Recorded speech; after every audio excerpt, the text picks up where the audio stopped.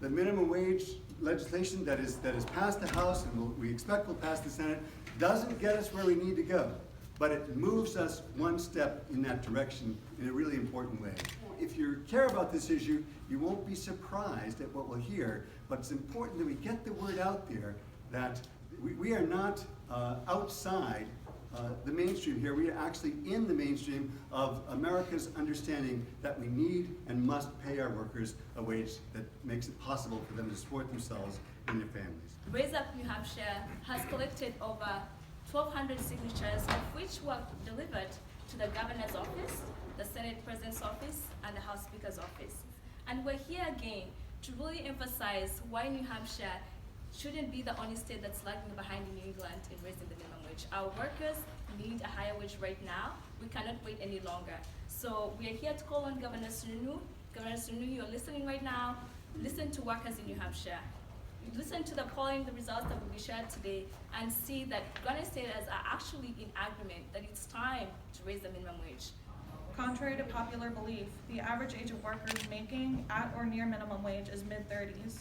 Hardworking adults holding down 2 or more jobs should be paid enough to sustain a decent livelihood.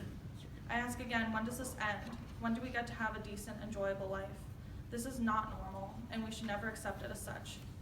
I ask you to think, when exactly did it become acceptable for regular people to lead impoverished lives while living in the richest and most powerful country in the world? Why did this happen? Where did the American dream go? I sure am not living it, and neither are thousands of decent, hardworking New Hampshire residents. For the last 8 years, I have started and managed several food service and retail businesses, which has included hiring, training, and managing over 30 people in Somersworth. I support the raise of the minimum wage to $12 an hour. Here's why. $12 an hour is not remotely radical or extreme. And in fact, many in the small business community already understand that this is where the market is moving and this is what you need to pay people. However, what a higher wage does, a higher minimum wage does, is it provides market protection for those people who face limited options.